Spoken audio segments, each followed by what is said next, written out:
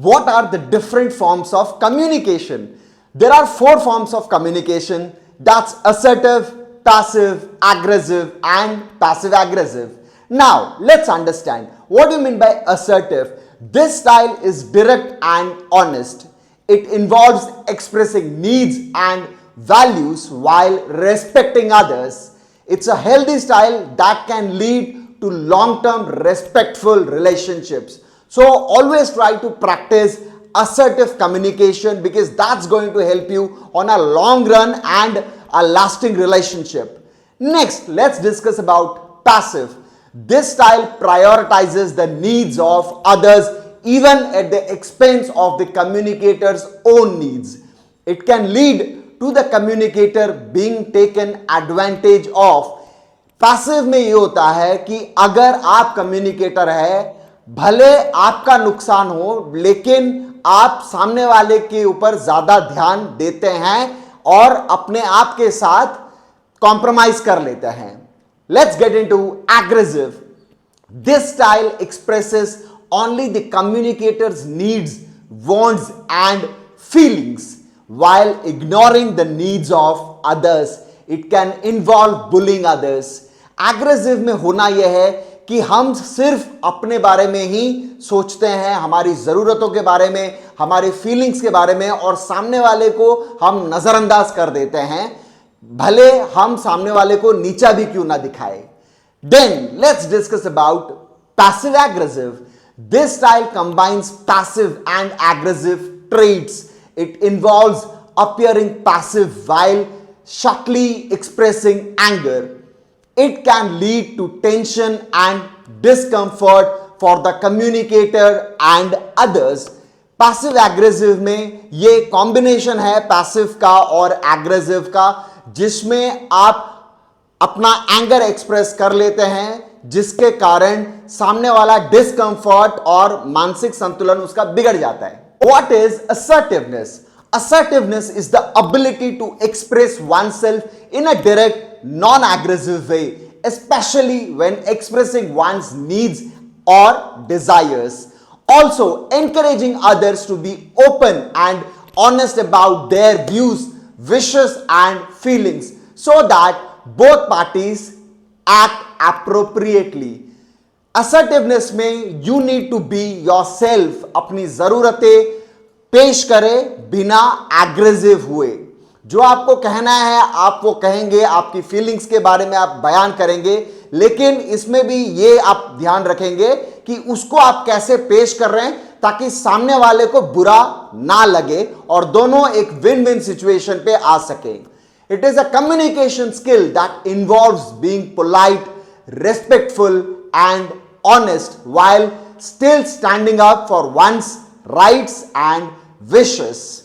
मतलब जो आपको कहना है वो इज्जत से, शांत स्वभाव से और सच्चाई के साथ पेश करें.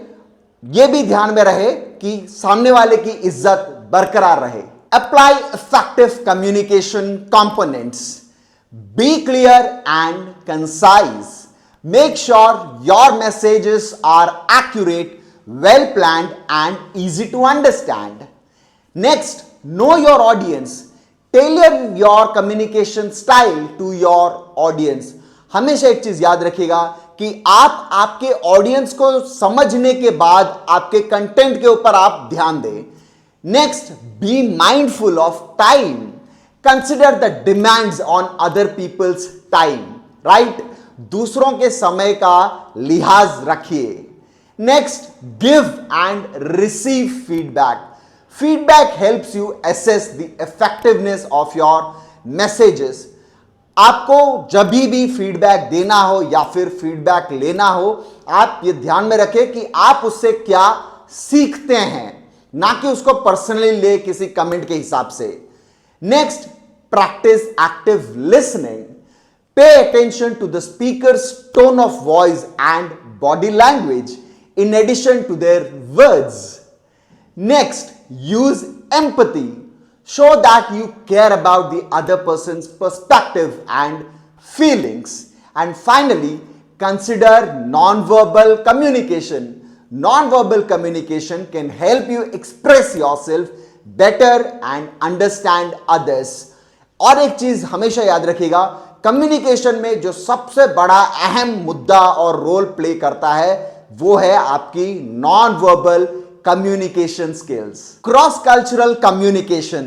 It's about how people from different cultures communicate with each other and how they can effectively communicate across cultures. It's important for building relationships, improving workplace harmony, and improving international relations. Let's understand. In terms of building relationships, it can help improve relationships by facilitating two-way conversation and fostering mutual understanding. Next, improving workplace harmony. It can help teams collaborate more effectively and harmoniously to create an environment where everyone feels valued and understood. And next, improving international relations. It can help improve international relations and contribute to global peace. Feedback. Ask for feedback from others on how you can communicate and how you can improve. Feedback में हमेशा आपको यह ध्यान में रखना पड़ेगा कि जब आप फीडबैक देते हैं या फिर आप लोगों से फीडबैक लेते हैं, आप हमेशा इस बात पे ध्यान रखिएगा कि आप कैसे बेहतर तरीके से कम्युनिकेट कर सकें और कैसे इसको इंप्रूव कर सकें. Next, rehearsal. Practice what you want to say, including using positive and assertive statements. जो कहावत है ना कि प्रैक्टिस मेक्स अ मैन और वुमेन परफेक्ट, इसमें आपको हमेशा एक चीज याद रखना है कि आप जितना अभ्यास करेंगे आप उतना इंप्रूव करेंगे और आपको पॉजिटिव और असर्टिव स्टेटमेंट्स को बोलने के लिए प्रैक्टिस हमेशा करना पड़ेगा. Next, body language. Use appropriate body language such as maintaining eye contact, standing tall and keeping your body open. जब कभी भी आप बॉडी लैंग्वेज के ऊपर बात करते हैं तो आपको यह देखना है कि आपका आई कांटेक्ट सामने की तरफ केंद्रित है, आप सीधा खड़े हैं एंड आपकी जो बॉडी पोस्चर है वो ओपन होनी चाहिए, ना कि आप आपके आर्म्स को क्रॉस करके खड़े हैं या फिर आप पीछे करके हाथ खड़े हैं. Right. Next is emotions. Keep your emotions in check by remaining calm and breathing slowly. ये अक्सर होता है कि इमोशंस जब हम बैलेंस नहीं कर पाते हैं, या तो हम डिप्रेशन में आ जाते हैं, या तो एंजाइटी आ जाते हैं, या तो हैप्पीनेस मूड में आ जाते हैं. हमें इस बात का ध्यान रखना है कि इमोशंस को कायम रखने के लिए हमें शांत स्वभाव रखना पड़ेगा और ब्रीथ करना होगा जितने स्लो से हम कर सके. Next, reflection. Learn from experiences and reflect on what worked and what didn't.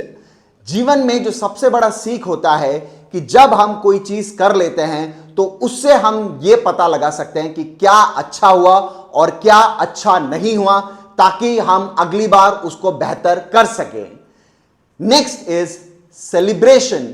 Celebrate your achievements and reward yourself for being assertive. हमेशा छोटे छोटे चीजों को सेलिब्रेट करना सीखे, क्योंकि जब आप सेलिब्रेट करते हैं जिस चीजों को आपने अच्छा किया, तब आपका हक बनता है कि आप अपने आप को रिवॉर्ड करें. मान के चलिए कि आपको पानी पूरी खाने का दिल कर रहा है, आप गए पानी पूरी खाए, या फिर किसी रेस्टोरेंट में जाके कुछ खाने का दिल कर रहा है, या तो अपने लिए कुछ शॉपिंग करने का दिल कर रहा है. ये कीजिएगा क्योंकि ये आपको और असर्टिव बना सकता है.